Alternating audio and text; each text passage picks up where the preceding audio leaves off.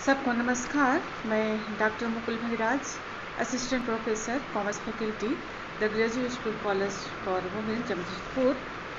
मैं subject management principle application और topic है पर्सनल एंड इमोशनल और साइकोलॉजिकल बैरियर्स ऑफ कम्युनिकेशन। संदेशवाहन के व्यक्तिगत और भावनात्मक या मनोवैज्ञानिक बाधाएं, इसके बारे में मैं चर्चा करूंगी।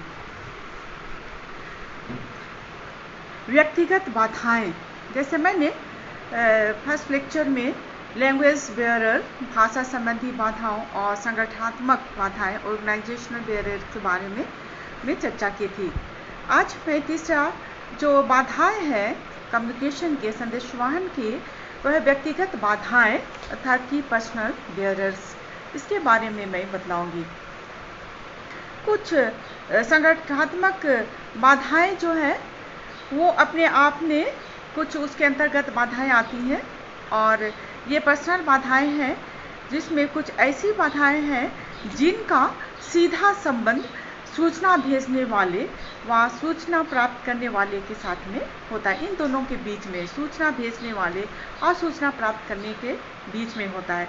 इन्हें ही हम व्यक्तिगत बाधाएं कह सकते हैं। हम इसे सुविधा की दृष्टि से इसको हम दो भागों में बांटते हैं।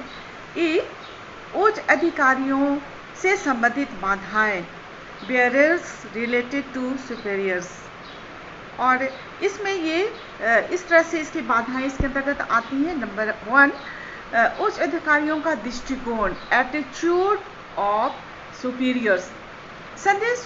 संदेशों के प्रवाह पर उच्च स्तरीय अधिकारियों के दृष्टिकोण का सीधा रूप से प्रभाव पड़ता है, और अधिकारियों के दृष्टिकोण से का कहने का तात्पर्य यह है कि वे संदेशवाहन को वे कितना महत्व देते हैं, अर्थात वे अपने विचारों को प्रेषित करना चाहते हैं अथवा नहीं।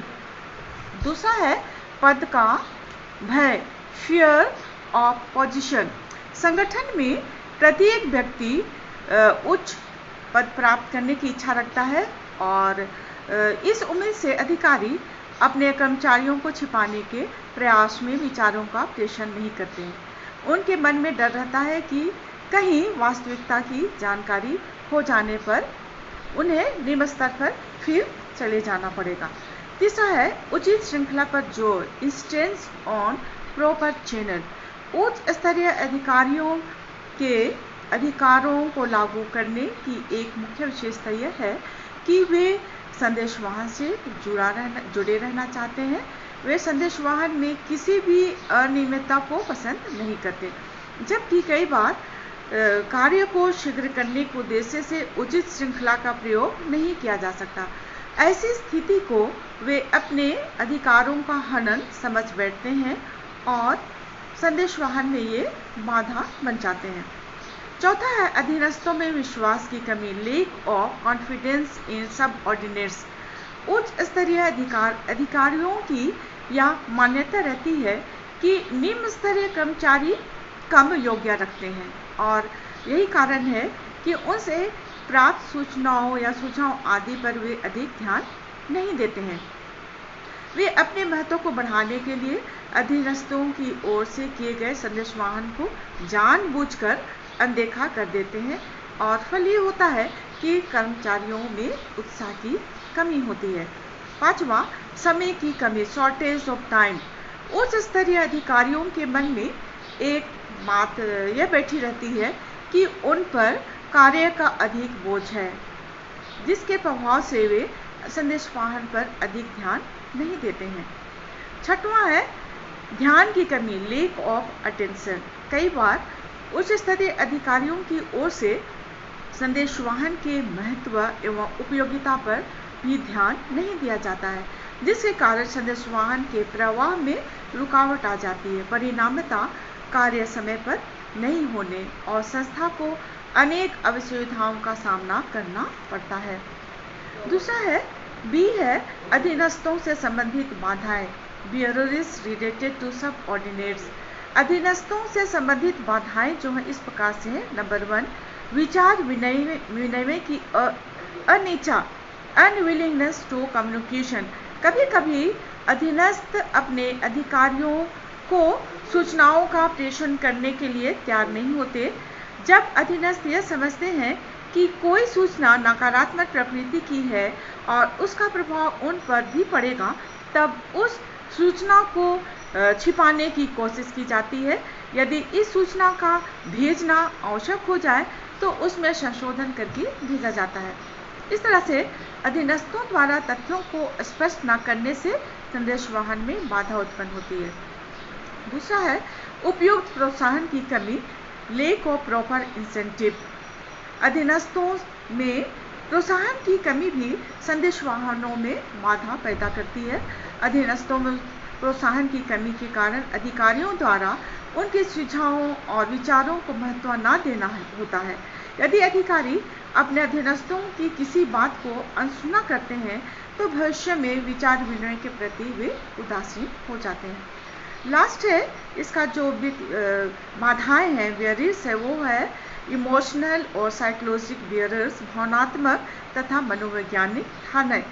संदेशवाहन का प्रभाव अथवा महत्व दोनों पक्षों को की मानसिक स्थिति पर निर्भर करता है।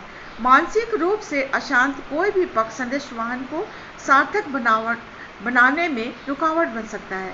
संदेशवाहन के मार्ग में आने वाली भावनात्मक अथवा मानसिक बाधाएं इस प्रकार से है। नंबर 1, समय से पूर्व मूल्यांकन, प्रीमेचर एवोल्यूशन। कभी कभी सूचना प्राप्त करने वाला व्यक्ति सूचना प्राप्त होने से पहले ही या सूचना प्राप्त होते समय बिना अधिक सोच विचार के ही उसका अर्थ निकालने का प्रयास करता है, जो कि गलत भी हो सकता है। और इस प्रकार किया गया मूल्यांकन सूचनाओं के आदान प्रदान में रुकावट बनता है और सूचना भेजने वाले के उत्साह में कमी होती है। दूसरा है भावनात्मक दृष्टिकोण, इमोशनल एटीट्यूड। कुछ व्यक्ति स्वभाव से ही भावुक होते हैं और अपने मानसिक संतुलन को शीघ्र तथा आसानी से खो देते हैं। यदि कोई अधिकारी बहुत ज़्यादा उसका स्वभाव जो उत्तेजित स्वभाव का होता है तो उसका भी संदेशवाहन कितना ही तर्कपूर्ण क्यों न हो, वह प्रभावपूर्ण हो जाता है। इसी प्रकार यदि संदेश प्राप्त करने वाले व्यक्ति मानसिक रूप से अशांत या विचलित है तो वह हर बात का अर्थ विपरीत ही निकालता है। तीसरा है सूचनाओं का कमजोर होना, पुअर रिटेंशन ऑफ इंफॉर्मेशन। सूचनाओं के कमजोर ठहराव का अर्थ यह है कि प्रत्येक अगले हस्तांतरण के साथ सूचनाओं के वास्तविक रूप में कमी आ जाती है। एक अनुमान के अनुसार मौखिक संदेशवाहन में प्रत्येक हस्तांतरण पर लगभग 30% सूचना की हानि हो जाती है। ऐसा मानव स्वभाव की लापरवाही के कारण ही होता है। अतः सूचनाओं का उनके वास्तविक रूप में हस्तांतरण न होना संदेशवाहन में एक बहुत बड़ी रुकावट बन जाती है। इस प्रकार हम कह सकते हैं कि संदेशवाहन के मार्ग में इस प्रकार की बाधाएं हैं। और दूसरी, संदेशवाहन के अभाव में संगठन की कल्पना भी करना नहीं किया जा सकता है, कल्पना करना व्यर्थ है। बाधाओं के डर से इस प्रक्रिया से छुटकारा भी नहीं पाया जा सकता है, बल्कि इन जो भी बाधाएं आते हैं तो उनका हमें डटकर मुकाबला करना है और मुकाबला करने की ज़रूरत है।